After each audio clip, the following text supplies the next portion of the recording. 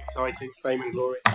Morning, everybody. Thank you to those who have braved the weather, particularly those who didn't have to but still have. That commitment is noted. Thank you very much. All good. So we'll fly through this morning. This is a weighty agenda, as you will no doubt have seen, with some detailed and interesting content. So I won't hang about. We'll jump straight into the agenda. So any challenges, problems, issues with minutes of the last meeting? No? All good, great, thank you very much. Any apologies? No. Declarations of interest? Nope. Very good. Right. Step Fusion, which is very exciting. Keith. Yeah, thank you, Leader. I'm bringing this report to Cabinet today, firstly to celebrate the success of landing one of the world's most innovative projects in Nottinghamshire. I'll just let that sink in a minute. The world. Yeah, the County Council led the way as nominating body, and the success of the bid was very much down to our officers and the collaborative way we worked with the landowner, EDF, also the Midlands Engine, the Local Enterprise Partnership, and numerous universities, and of course Bassett Law District Council. We want to build on the successful collaboration that took place to actually do more on the structural basis. We want to build. The report sets out some proposals which are very much up for discussion and work in progress. But we have had some very positive responses from the stakeholders who would want to be working in this way.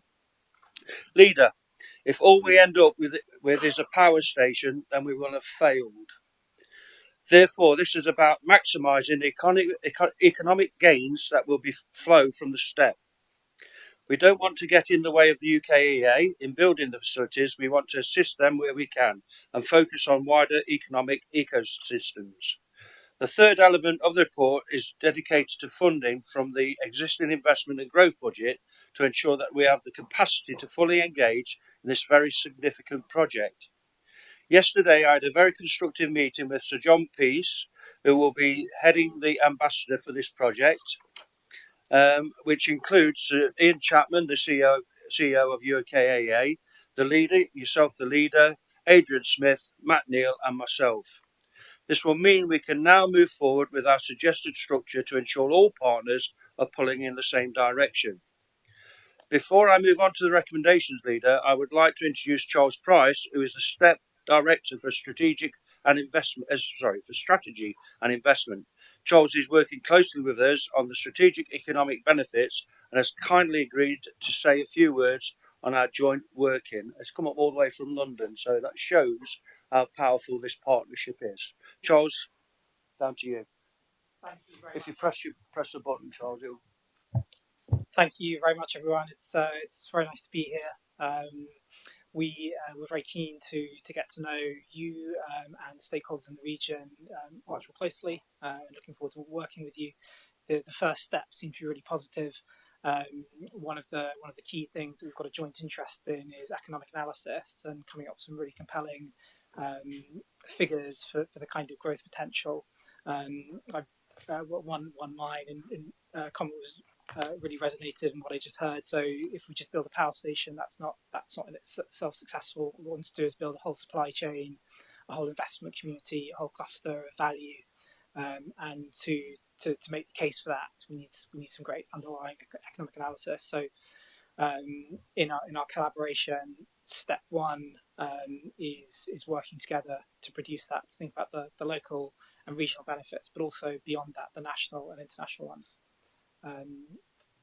Those are my comments, but delighted to take any questions or thoughts.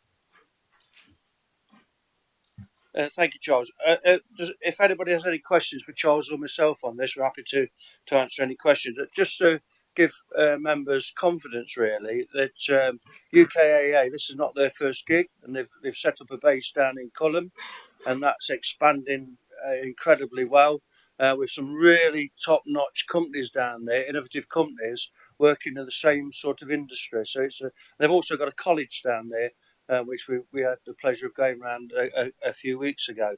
And the idea is to have that sort of thing on the site as well. So, it's sort of moving a template along, but this is a bigger site.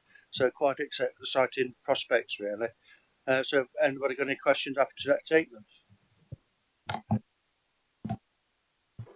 Just to flag how exciting this is. Thank you for coming up, and you perhaps more so than anybody then have braved the weather this morning to come and see us, which we're very grateful for.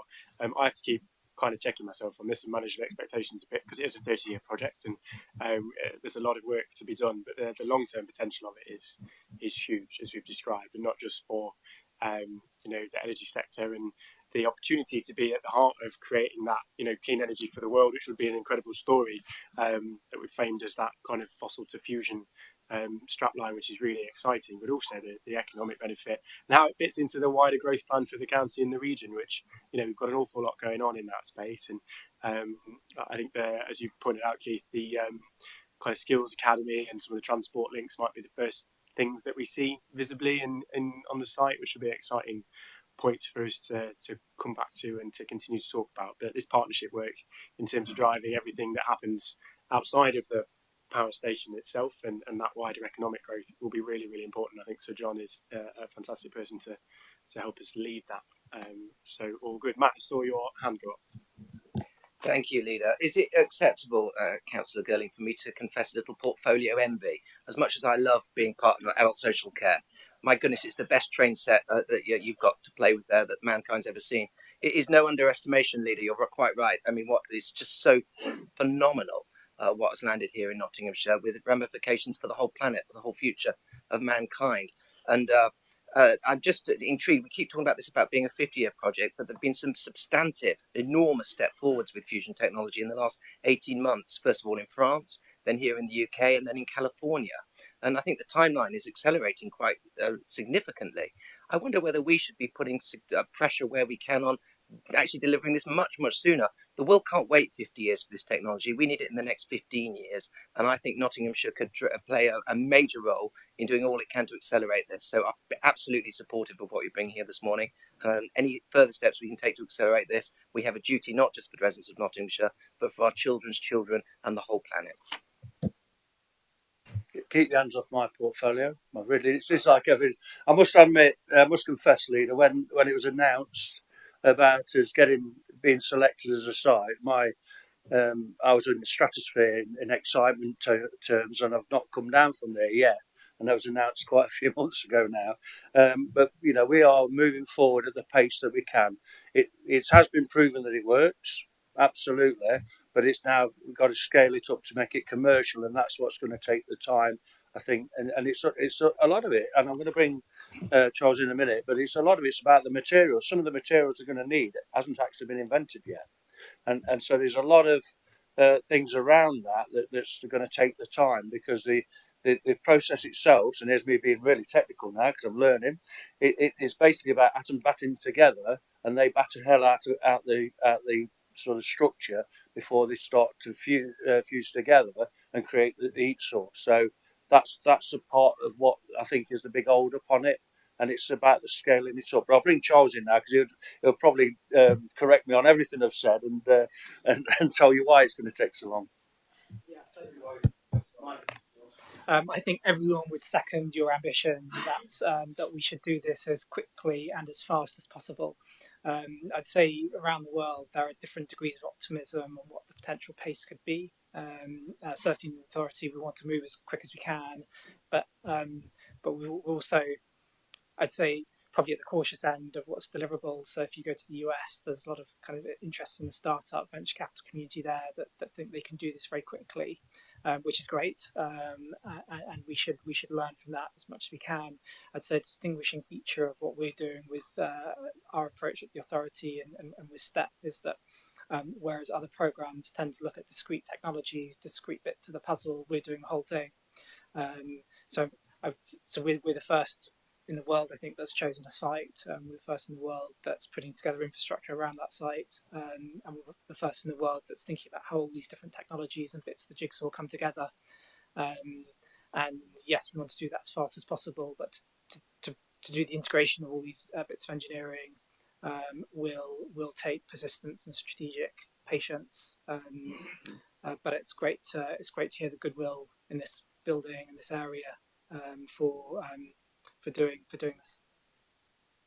Thank you very much. I think at our most recent STEP event a few weeks ago, George Freeman, the Science Minister, on behalf of the UK, committed to having it all done in 15 years. So, no we did hear about that.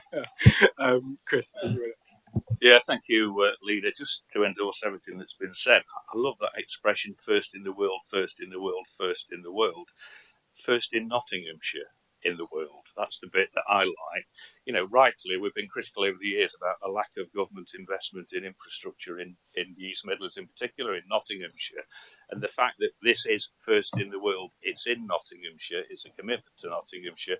It emphasises what the government have been saying, the Prime Minister's been saying about making the UK a world leader in science and technology.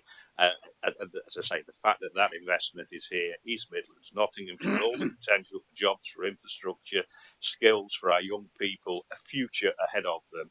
Absolutely fantastic. Couldn't be more enthusiastic. marvellous. Thanks, Leader. Yeah, utterly fantastic. Charles talked about as fast as possible. You've talked about physically seeing something on the ground, but in terms of timelines, so when will the people of Nottinghamshire, when is it likely they will see something actually on the ground? We're saying how fantastic this is all going to be. When will the people of Nottinghamshire actually see shovels or trucks or whatever on the site? Do you know who's there? Keith, Matt, or Charles? Best place to answer that. Charles. Yeah, for sure. So our target is to have the tokamak in first operation in 2040, and to do that, we'd probably need to start building a decade before then. And then between now and then, there's a lot of research infrastructure work to take place. And then with regard to the 2040 deadline, some people would say we should move much faster, and other people would say that's very optimistic.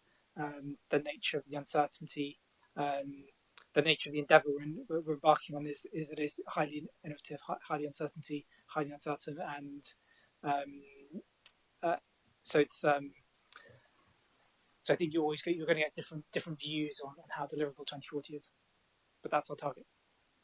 I suppose I should have corrected myself, Lisa. I should have taken up Chris's points and said, when will the people of the world see shovels in Nottinghamshire? There's also the wider investment as Keith referred to. So I don't know if there's Matt or Keith whether you want to comment on that. Yeah, thanks, Leader. I think there was talk yesterday about getting the skills academy set up on site, so that the people that's going to be working there are going to learn on site. So it's practical as well as theoretical work going on in terms of that. We've already started discussions with the rail authority about having a train station there, because there is a railhead, and if we can get a train station there, that's going to help. And clearly, where West Burton Power Station is, it's not the most accessible area in Nottinghamshire in terms of the road structure, but there is a dual carriageway a few miles up, and it'll be about looking at what road infrastructures we can put in so that people can get to the site without disrupting the surrounding villages, really. So there's a lot of work that's started already, but as you know, if you're dealing with a rail, if you turn up on time, it's always late, isn't it? So it takes a long time to get them to be as enthusiastic as we are about this project. But when you talk about the amount of people that's likely to be working there when it's all finished, then it's going to definitely be enough work in there to want to have a train station there, definitely. So that's what we're working on. So it's as fast as we possibly can, I can assure you. If I see there's an opportunity to speed things up, I will take that opportunity, and I know those at STEP and UKEA will as well. You know, if things all of a sudden take off, where they discover the things that they need to discover and things work the way they will, then that'll progress it, because the money's there, and they'll draw down the money to be able to do that. Yeah, I think one of the reasons the site was so attractive in the end was also that we are getting the tools to accelerate some of this, and if we can have that we've talked about that opportunity to wrap around skills and transport infrastructure through the combined authority and everything else that we're bringing forward to help accelerate some of that investment in infrastructure as well. Tracy, you wanted to come in? Thank you, Leader. I'm grateful to Councillor Girling for talking about infrastructure, particularly roads. And it would be, it's a slightly parochial comment, you've heard it from me before, most of you have. Given that the site is not in my division, but you can't get to it without coming through my division or villages. I've asked you before for a river bridge for the Trent. I'm just adding a bypass to that list now, please. You're talking about the A631, which is the dual carriageway, which does exist. It would be remiss of me not to mention what had been asked about by residents in recent days and weeks, which is a bypass for Clarborough. So if you would like to put that on your costings list, I'd be very grateful. I'm not naive. It's a conversation that's been going on for about 70 years, I think. But in all seriousness, the potential impact for the villages in my area is huge. And to be fair, with things like the rail station, there is actually the potential for a railhead there to do positive things for the wider surrounding villages in any case. And ironically, it's something they've been asking for years, and we've never had a reason for it to be even a pipe dream, let alone a realistic possibility. So that's my wish list, please, and I still believe in Father Christmas. Thank you, Tracy. Soon it's you, I'll give you a really nice answer. We're doing a master plan, obviously, so it's not. This is not going to be done piecemeal. It's going to be done as a overall master plan. Already, we've talked about the train station. It won't be in a place where people can't get to it to use it to get out of the area as well as in. So it's not going to be within a site that's controlled and things like that. Yeah. So the bridge is a really difficult one, because where would you actually put the bridge? If you look at the map of that area, it's like a spider's web of narrow country lanes, and so therefore I think we need to look at the bigger picture and look at the Gainsborough Bridge and how that can maybe be improved, or because there will be people coming from the Lincolnshire side into that area as well, and they won't have to cover your area, or will they still? Yeah, okay. Anyway, we're looking after you, Tracy, don't worry. Lots to go at. We've got a bit of time. Only 15 years, though, not 50. Charles, I don't know, before we move on, if there's anything else you wanted to say before we move on to the next item? Apart from leader, sorry. What was I going to say? Thank you very much. I will leave you for the rest of the agenda. I'm going to stay around. I'll be upstairs. If anyone wants to chat, then very happy to do that. Really grateful. Thank you for taking the time this morning, Keith. Yeah, I need to move the recommendations for me. Yeah, that's what I thought you asked me to do there, leader. To be fair, thanks, Charles. Thanks very much for everybody for your questions. The recommendations laid out on page 10. I won't read them out, and I'll propose the recommendations. Marvellous. And the ones on page 12. All good. Thank you very much. So you note the recommendations suggest some financial support to put this partnership together in the first instance. As for all those in favour, thank you very much. Turn my microphone off, so it was unanimous. It is unanimous. So we'll move on to the next item. Thank you, Keith. The next one is cost of care reports. Councillor Barney.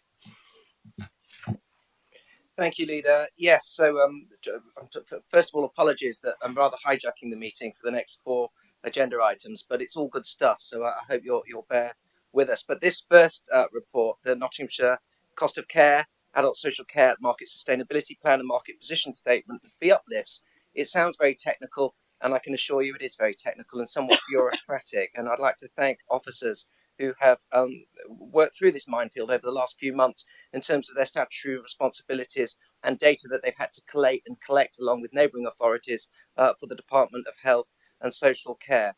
Not an easy task at all. But to draw on just 2 words, market sustainability, out of that lofty title, that's at the heart of what this is all about ensuring that the care market and the providers that we work with doing the most important work, looking after residents and those with specific health needs across Nottinghamshire, that the market is stable, it's secure, it's strong, and it's there, and it will continue to be there going forward in the future. So really, really important stuff.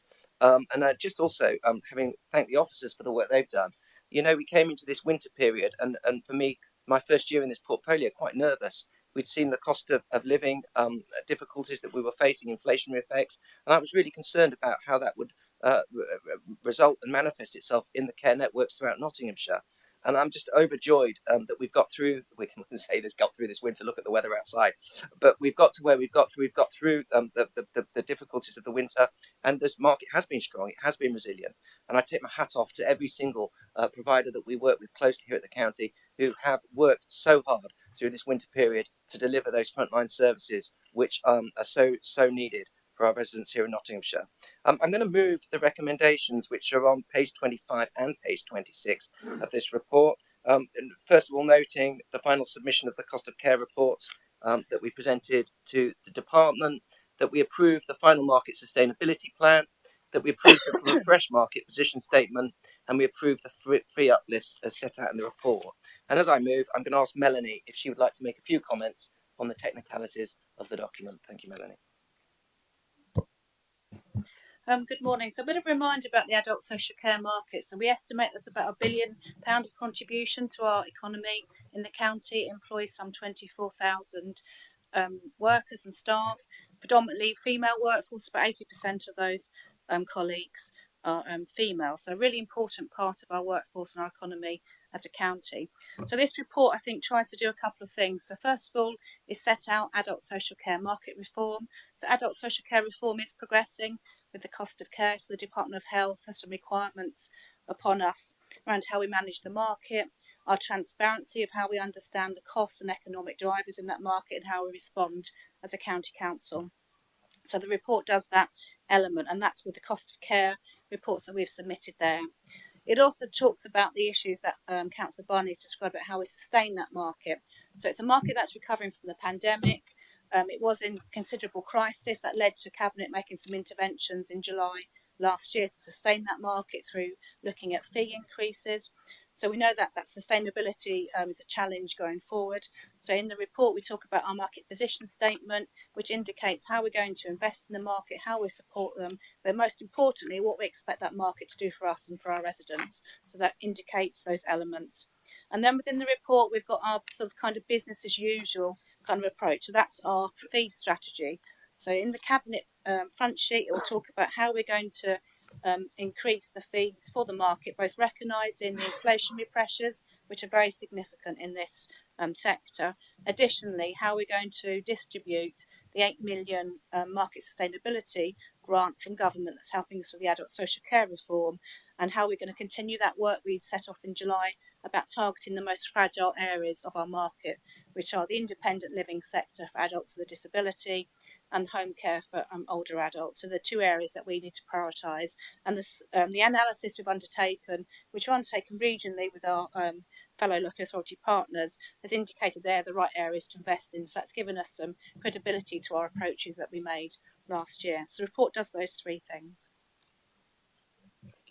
Great, thank you very much. And I reiterate the thanks to colleagues, officers and staff in the sector for some incredibly hard work, particularly over the winter, because we have seen a relatively stable picture and steadily improving picture as well in many cases, which I think is testament to the hard work and efforts of a lot of people. So all good news, but still significant risk and challenge in the sector. So good that we're able to make these interventions.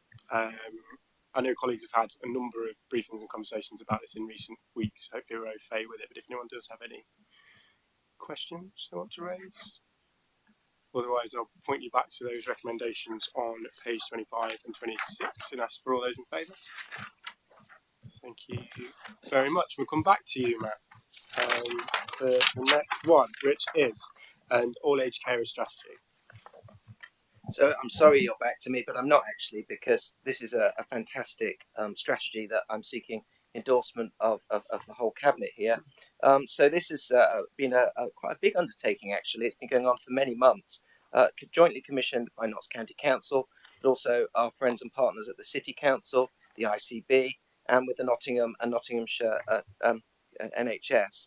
And it's a significant undertaking, and it's a fantastic report. You can read it for yourselves. It's on pages 131 and 166. Quite a heavy report, but it's targeted very much at how we best fashion and shape support, targeted support for those who do the most incredible work, supporting loved ones, family members, those around them in their own communities that need help and support with their daily lives and daily routines, and are unpaid. So this is the unpaid voluntary sector of often, as I say, family members and all age. So, young people all the way up to older people as well, who are looking after those in their community that need that bit of extra help and support. And for many, this is a whole life commitment. You're giving up your day, your life, if you're a young person, your childhood, elements of your day at school to care for loved ones. So it really, really, really, really matters. And I'm thrilled that we've been able to jointly produce this piece of work, meaning that there hopefully won't be any barriers across the county or any sectors of Nottinghamshire. If you're a carer, providing care for a loved one and a family member, hopefully that network of support will be uniform across Nottinghamshire, wherever you live and whatever sector that you're operating in. So just to draw your attention to page 148 of the report, if I can find it. Yes, the key components of the carer strategy, you'll see them there outlined in those little boxes. It looks a bit like blockbusters, but giving carers a voice, connecting carers together, ensuring that the breaks for carers are there in place in the right places, providing appropriate education, training and volunteering and employment, thinking about life after caring. For many people, years of commitment looking after a loved one, suddenly that can change. Where do they go from there on? So really, really important stuff, as well as trying to get better life balance and health and well-being balance for those involved in daily caring routines. So I'm really, really happy to endorse this report, and I hope that my Cabinet colleagues will be like-minded to do so as well. Thank you. Thank you, Matt. Noted in the report a number of areas where it's kind of been around the council, obviously joint piece of work with other organisations, so not something we can fiddle with here on the day, but just to note that it has been through those processes internally. So really helpful and speaks in many ways, as you've described, Matt, to our wider council priorities around that community-based support and prevention, and trying to push that support out into communities and families, help people help themselves and all the rest of it. So really important piece of work that we'll undertake with colleagues. Anyone got any question on that, Chris? Yeah, thank you, Leader. We heard from Mel in the earlier item about £1 billion into the local economy and 24,000 professional carers, effectively. What we don't hear about are the non-professional carers, the family members who devote sometimes their entire lives to love, care, protect, look after the weaker members of our society. And it's absolutely incumbent on us as a local authority to try and repay some of that devotion that's shown by so many people across the whole of Nottinghamshire, across the country. It's absolutely right that we have a strategy in place that we can offer some support to these people, because the system would fail without them.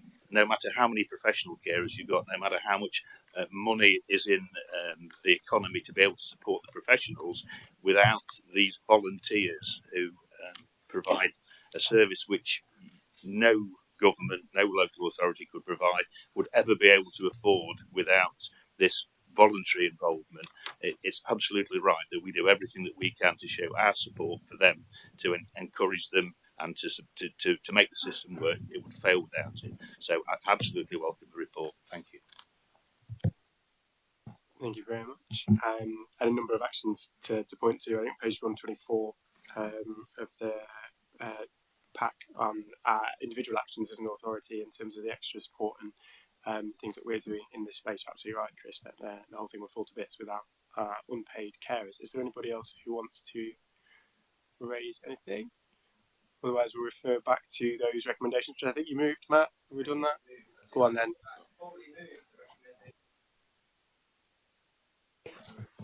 Page 128. I'll ask colleagues, all those in favour. Thank you very much. That is unanimous. And we're coming back to Matt, although Matt's going to let somebody else speak, right? Yeah, sooner the better. So pleased to introduce this report. And in doing so, I'm going to hand over straight to my deputy, Scott Carlton, who is chair of the Nottinghamshire Combating Substance Misuse Partnership. But as I do so, I remember to move the recommendation this time, which is on page 173 of the report. Thank you, Scott. Thank you, Matt, and good morning, colleagues. So in front of you, you have the Nottinghamshire Combating Substance Misuse Partnership Strategy for the forthcoming years. Just before I go into sort of the detail, the high-level detail of the strategy, I think it would be incumbent on me just to give you a little bit of context of where this has come from. So the eagle-eyed members amongst us will have realised it in 2021 that the government released a new drug strategy, From Harm to Hope. That was derived from a government-led review led by Dame Carol Black in 2019, which was a two-part review. The first part was looking at the link between drug and violence, and the second part, where this strategy derives from, was looking at the prevention, treatment and recovery in that area. So to bring it back to sort of a local Nottinghamshire basis, you will see from the covering page to the strategy document the various partners. And for me, that's quite a key point of this strategy. Clearly, over this last few years, as a consequence of the pandemic, that we've realised that silo working can no longer exist. And I don't mean just that internally within the council, but certainly externally with various partners. So you will see from there the various components and partners, the Police and Crime Commission, the police themselves, Integrated Care System, NHS England, National Probation Service, the National Probation Trust, Department for Work and Pensions, and our commission provider for treatment and recovery in Nottinghamshire, Change, Grow, Live. So for me, that's a sort of a key fundamental part of this. There's a recognition that, certainly from a police's point of view, that we can no longer police our way out of some of these matters. Clearly, when I come to the priority areas, the priority one, which is around the breaking drug and supply chains and the county lines problems that we encounter here, clearly that's a police-led initiative. But moving down into sort of the further priorities that laid out in the strategy, priority 2, delivering a world-class treatment and recovery system.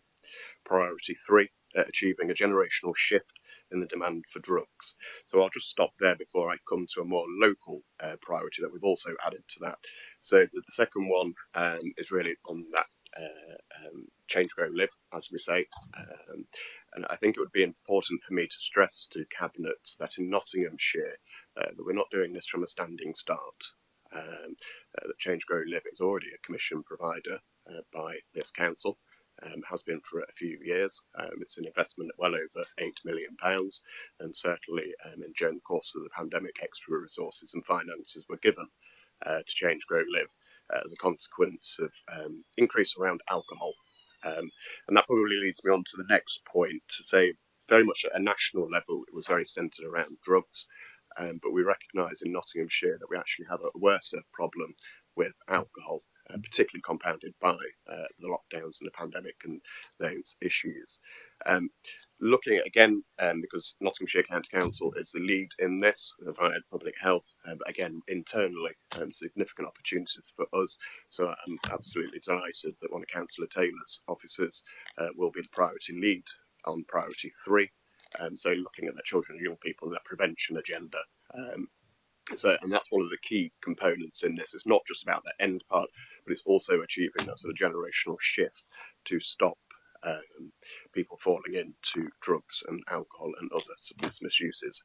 Like I said in my opening remarks, we have added a fourth local priority, and that's titled The Bigger Picture, Reducing Health Inequalities and Tackling Wider Determinants.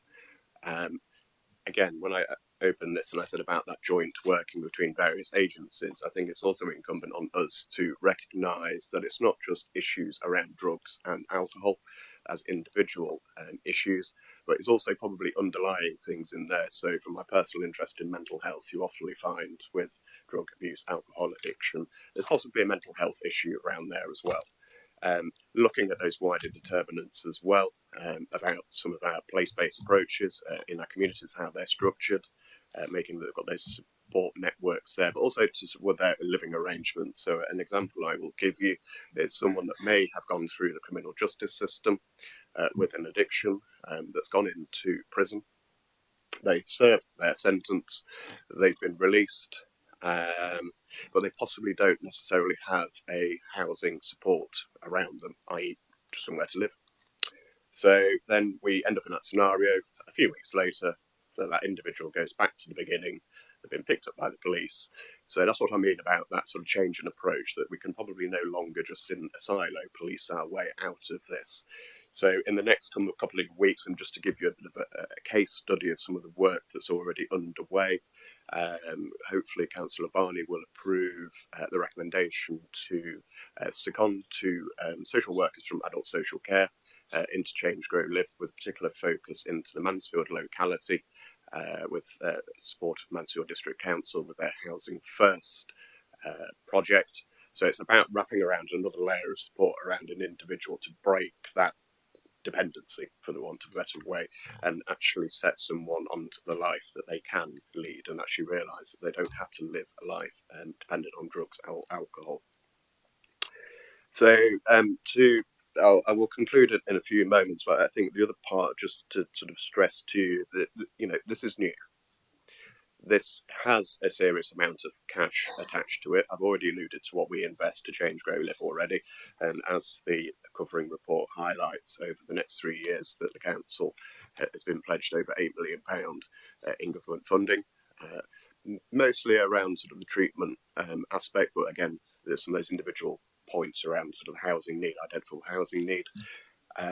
But a couple of weeks ago, we had a visit into Nottinghamshire, which I was pleased to attend with Jonathan, colleagues from Public Health at the Nottingham City Council, and Police and Crime Commissioner and the police themselves, with Dame Carol Black. Dame Carol will stay as the government's independent drugs advisor. So it was a very useful opportunity for us just to get a bit of a finger on the pulse to see where we are at in Nottinghamshire in the terms of establishing this, like I say.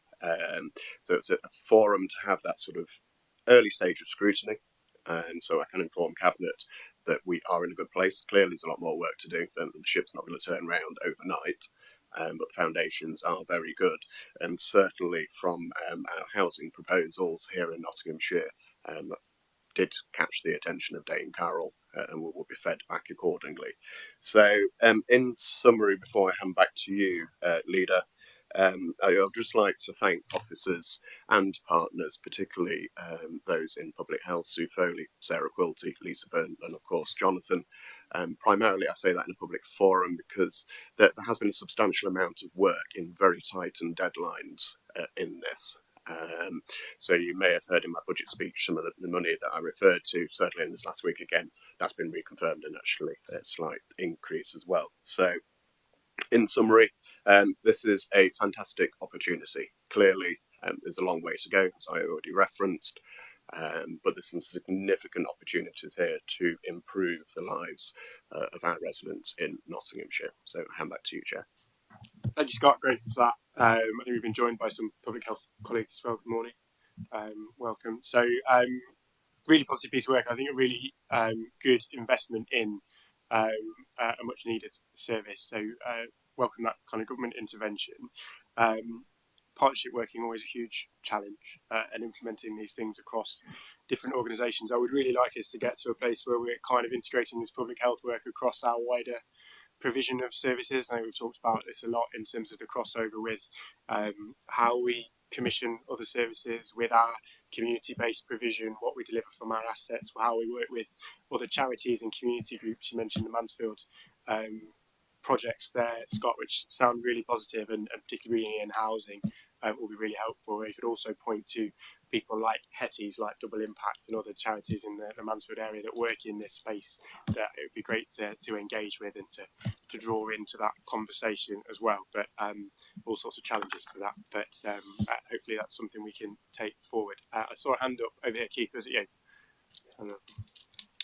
Yes, yeah, thank you, Leader. I really welcome this report because it's outlining what we're trying to do in terms of the abuse of drugs and alcohol. And Scott's absolutely right. Often mental health is linked with people who abuse the drugs and the alcohol, and you know it's intertwined, so it makes it more and more complex. In all my time as a counsellor, I've tried to help people both with drug problems and alcohol problems. Indeed, I've had a member of family killed himself through drink. So I'm acutely aware of how important this is. But what is the most frustrating thing about trying to help somebody that's either with drugs or alcohol?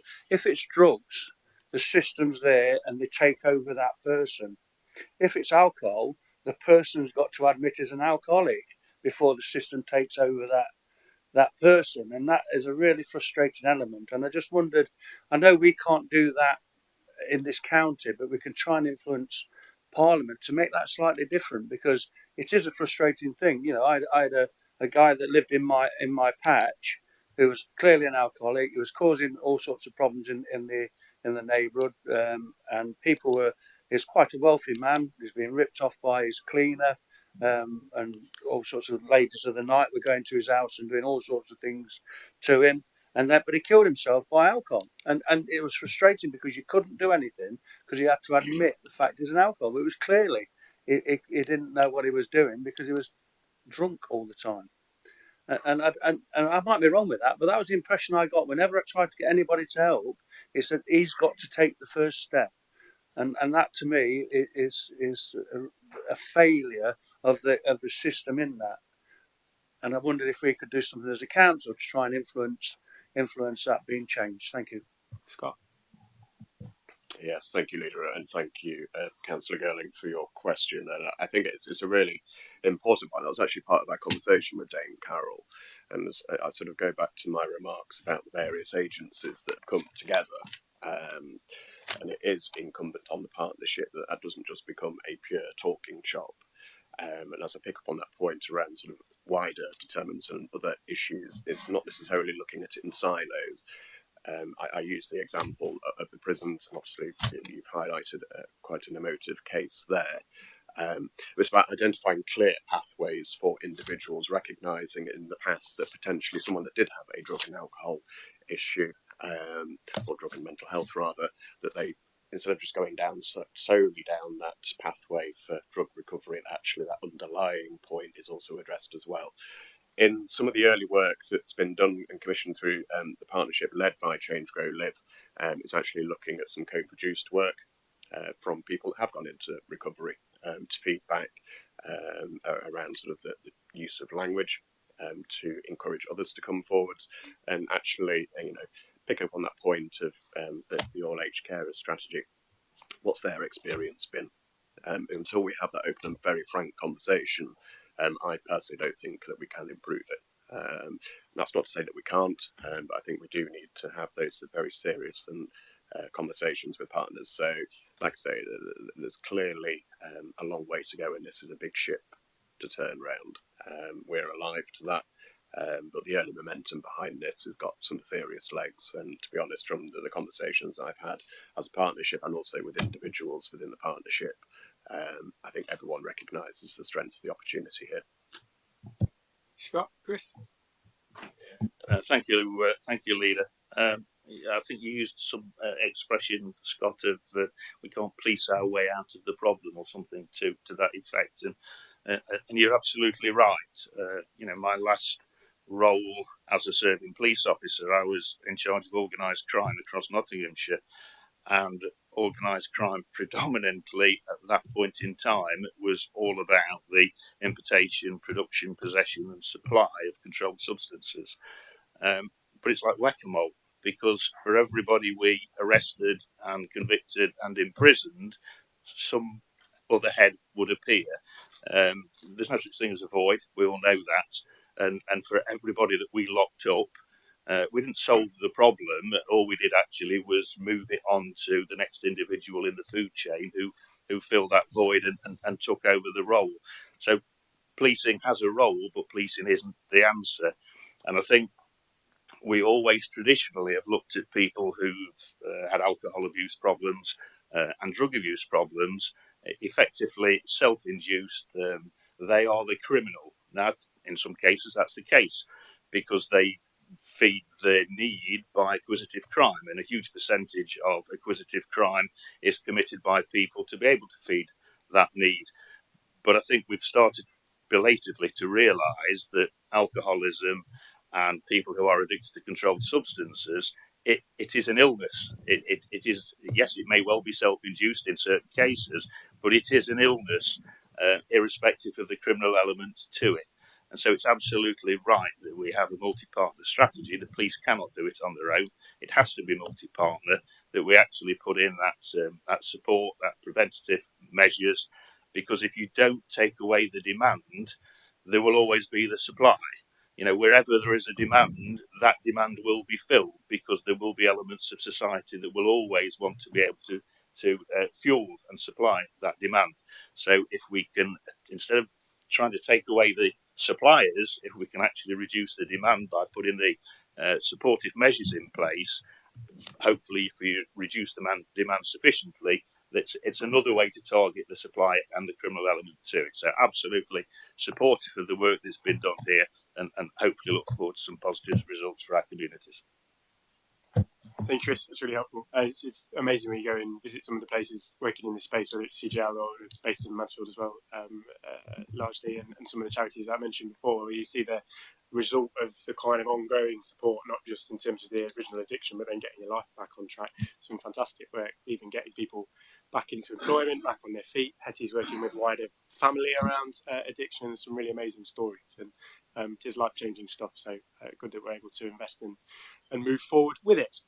Not got any other hands? Is there anyone else who wants to raise anything on this? Otherwise, we'll go to recommendations on page 173, page 7 of the report. All those in favour of those recommendations? Thank you very much. In which case, we will move on to Matt. Matt, Healthy Families Programme.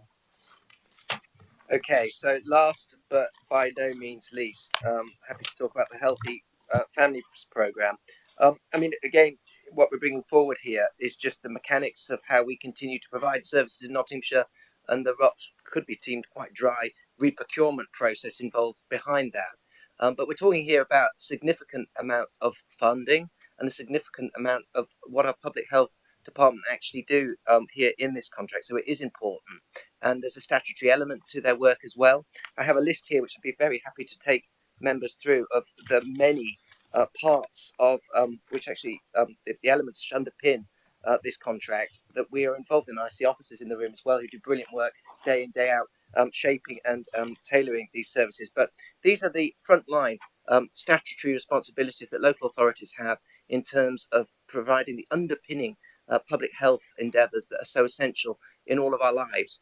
So from birth up to teenage years, antenatal visits, help at home with breastfeeding and weighing, and all those early endeavours which are so important in a baby's life, and then the toddler years going on and through, going into the school years, age 3. There's line after line of intervention and help and support that the Public Health Department and Nottinghamshire County Council provide to residents across Nottinghamshire. But beyond that as well, we work very much on the anti-smoking and anti-drugs policies, which are all covered under this framework as well, and also mental health and self-harming endeavours, anger management issues. There's a wide and varying degree of things which fall under this contract. So at face value, it looks expensive. All this money going to what? I can assure you it's going to very important and targeted things which are essential building blocks in the health and well-being of what make actually the structures of a good and well-balanced, healthy society. So really, really important. As I say, the mechanics are a little bit dry. So what we're looking to do, if you look at the recommendations on page 243, is continue along the line that we've already started for re-procuring this with a cooperation agreement between ourselves and Nottinghamshire Healthcare Foundation Trust, who have been delivering the services for us over the last few years. Initially, this would be a 5-year contract with the option to extend to 9 years. Obviously, we'd only want to do that if it was an appropriate thing to do at the time. So we're very closely looking to ensure that we have control of this contract throughout its life, that the fundamentals of it will be shaped throughout its lifetime by Notts County Council, that it won't be something that we just commit to and then it can run adrift for 9 years, definitely not. And also to say that it falls within the remit of adult social care because of public health and the way this portfolio governs public health as well as social care. But this very, very much is something really which affects the children's portfolio even more closely than the adults' portfolio because of the age bracket included. And so I've been really pleased in the last few months to be meeting with Tracy and with Colin as we've gone through line by line on this, but we very much want to continue to ensure that we do that over the next 6 months. And you'll see the second recommendation is that a report be brought back to Cabinet. Tracy and I hope, will be very involved in the foundations of that report and what is finally brought back to Cabinet. And as I say, it's very much a joint effort as far as I'm concerned. I'm glad we're all sat on the same bench today, because really it should be you talking about this rather than me. But happy to move these recommendations and seek the support of Cabinet to take this forward. Thank you.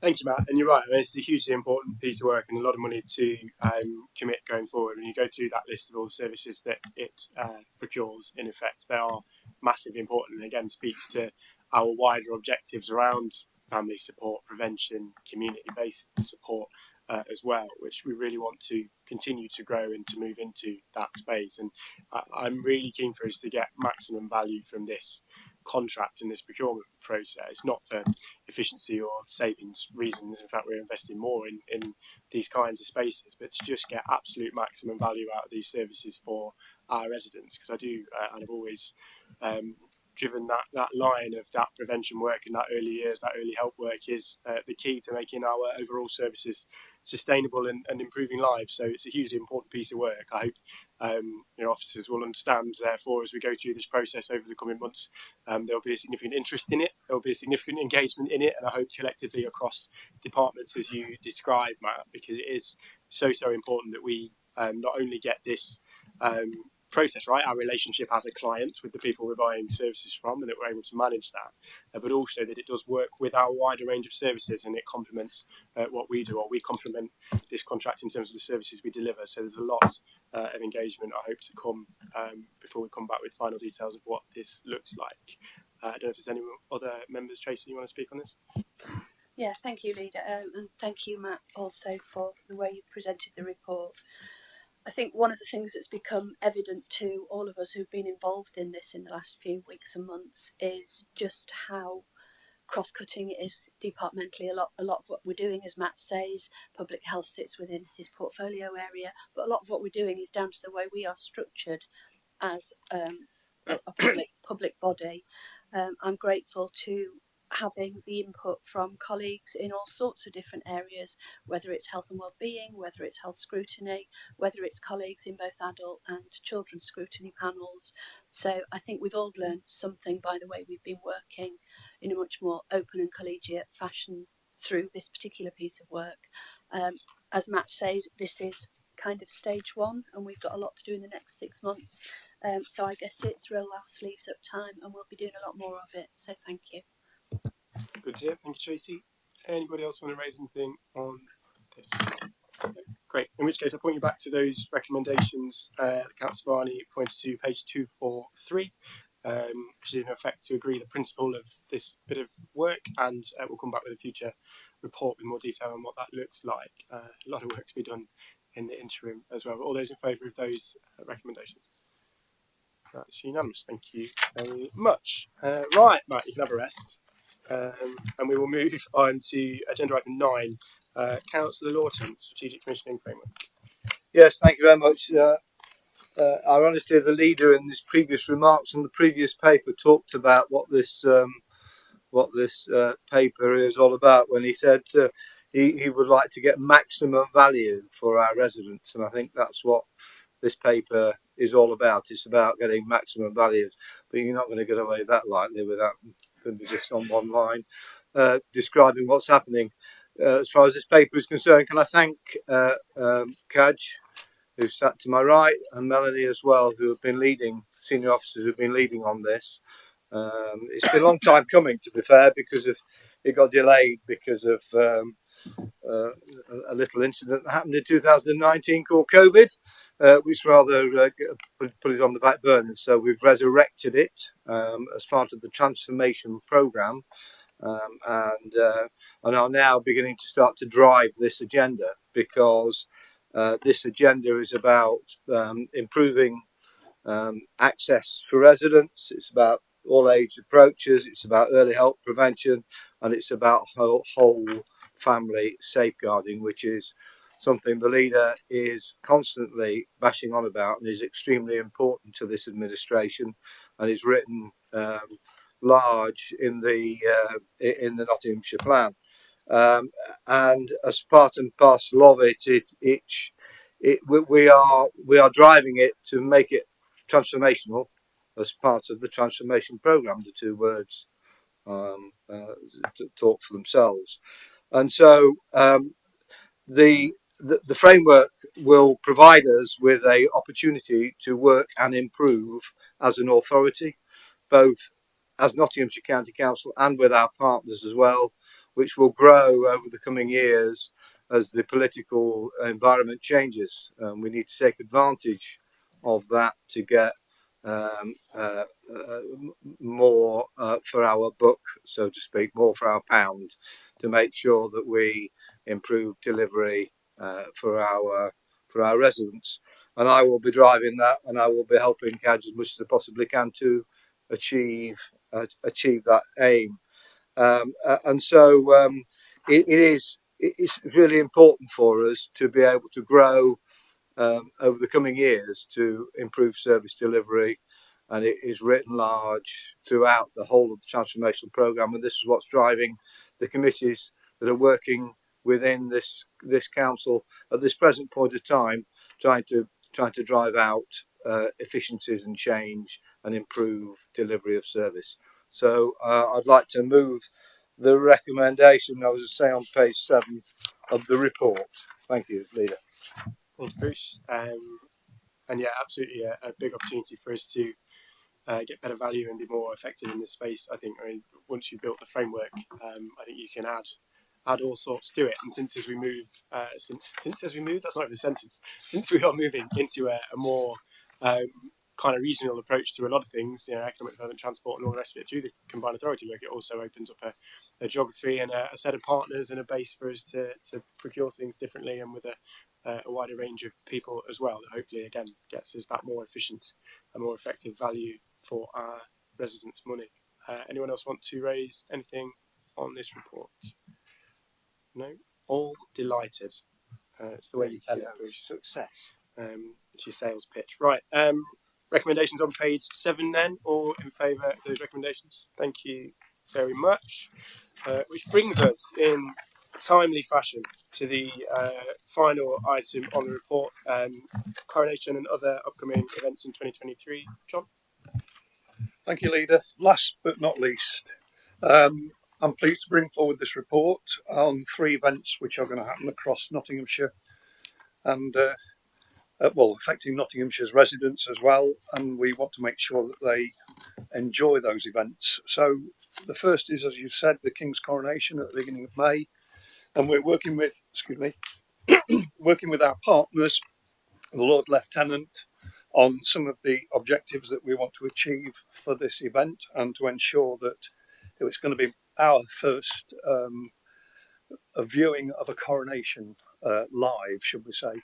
So it's something I'm really looking forward to, and I think that some of the events and things that are going to happen within this are going to be very enjoyable for our communities.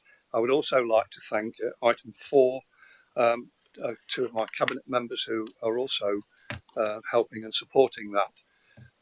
Moving on to the Nottingham Show, which is also in May, the county show. We are on the case of working with our partners in this and contributing some county council effort into this to make sure that it's a success, following on from last year's event that they had, and we've honoured that we would work with them going forward. The Nottinghamshire Day, which we did last year working with the RSPB at the Robin Hood Festival that we used to have in 1 week, we did last year over 4 weekends, and we're hoping that we can work out with going forward with the RSPB on this again. So the other thank you I'd like to say is to the finance team for allowing me to have the budget to be able to do these things. There's 100,000 for the coronation and 40,000 to support these events in future years. So thank you, Nigel and the team. So my recommendations are on page 274. 2 recommendations. I won't read them out, Leader, but they're there, and I propose those, please. Thank you, John. Very grateful. Always happy to support and promote a bit of flag waving and national anthem singing. We're all for a bit of that. But also the wider economic benefit of these and social benefit, I think, for our residents in our county, as well as our reputational growth that comes from being able to do these things and do them well for local residents, always well attended as well. These things, I know a number of members are involved in the specific bits of events as they come forward. I saw your hand raised, Keith. I don't know if you want to tell us. I came to the veterans event last year. Yeah, thank you, Chairman. It would be remiss of me as the Armed Forces Champion for Nottinghamshire County Council not to draw members' attention to paragraph 4, the Veterans Breakfast. As somebody who served in the Senior Infantry Regiment, the Grenadier Guards, the finest regiment this country has ever produced, You never mentioned that. with history dating back to 1656, I might add. Been in every major battle. Which month?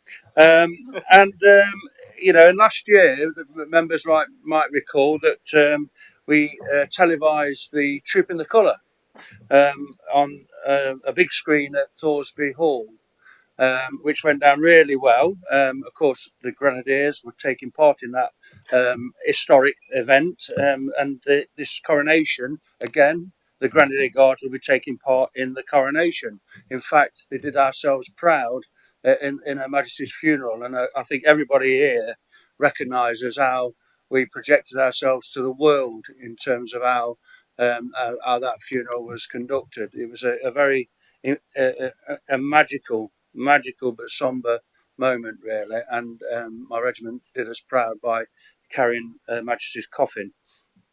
So anyway, that brings us on to this report. So we're doing a veterans breakfast to televise the coronation on the 6th of May at Thoresby Hall Courtyard. So please, members, pass it on to all the veteran organisations within your divisions or areas, so that we can get as many people there as possible for this, because it's going to be a spectacular event to witness. Thank you, Leader. No, thank you, Keith. I endorse all of that, although Bruce says there's some conversations he wants to have with you about Waterloo after this. So, just happens to be one of the Grenadier Guards battle honours. In fact, if I may, Leader, just educate you slightly on the history of that. The reason the Guards, the whole of the Guards, this is not nothing massive. This is proper. He's not read the history book. With all due respect, Councillor Lawton, it was in a chippy regiment, 105th of the line, first of the line. The reason the Guards, the whole of the Guards, have the bearskin cap, and the Grenadier Guards have the name Grenadier Guards, is because we defeated the French Imperial Grenadier Guards, and as a disgrace to them, we took their bearskin cap and gave it all the other Guards regiments as well, and took their name. Hence the name, the 1st All Grenadier Regiment of Foot Guards. Thank you. yeah, Bruce, that's you told. No. Should drop me in it. I'd invite you to come back. We'll be here forever. No, brilliant. Thank you, Keith. Anyone else want to speak on this item, Neil? Cool, blimey, are we going to have a reenactment of... Well, reenactment. Oh, blimey, after that, Leader, I just want to quickly mention paragraph 4, the third bullet point about road closures, just to remind anybody who's still thinking about organising parties that we are not charging for organising road closures, although time is rather short now. But perhaps they might like to contact the Grenadier Guards to ask if they want volunteers to actually marshal the road closures.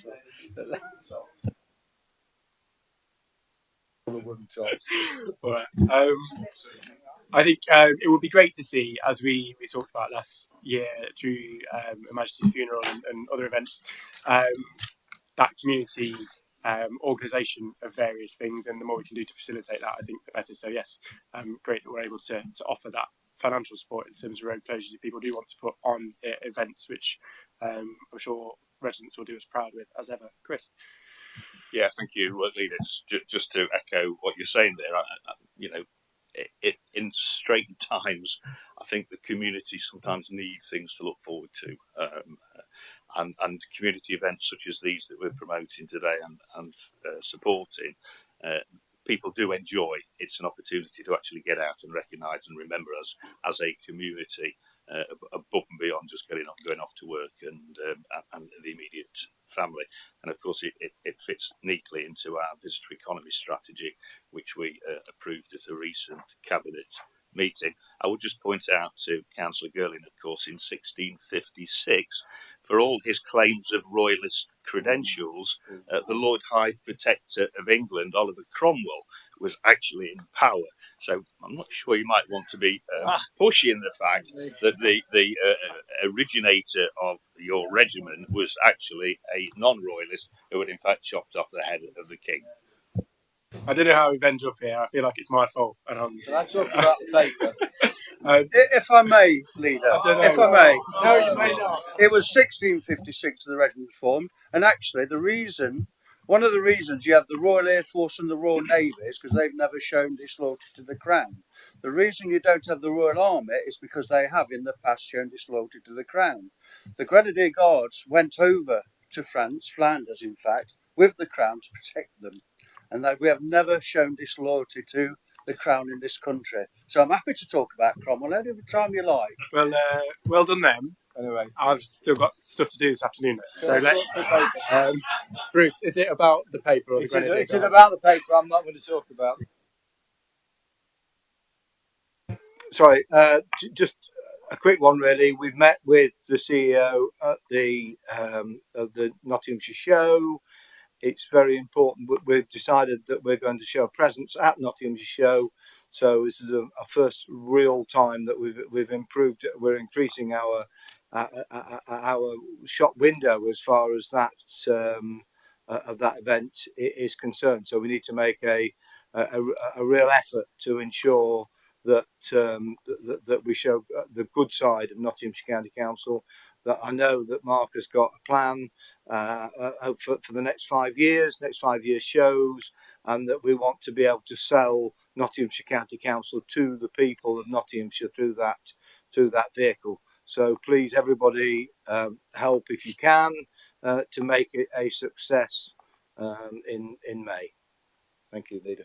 Thank you. Yeah, there's a relatively small amount of money for something that is socially, culturally, and economically of great benefit. So I hope we'll all support them when they come forward. I hope we might be able to come and have a conversation about a certain bike race at some point as well. I've managed to sort that one out at some point.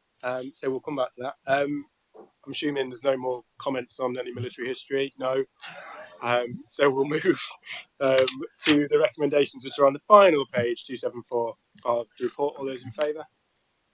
Thank you very much. And with that, I will let you go and brave the snow, see if you can make it home. Thank you very much.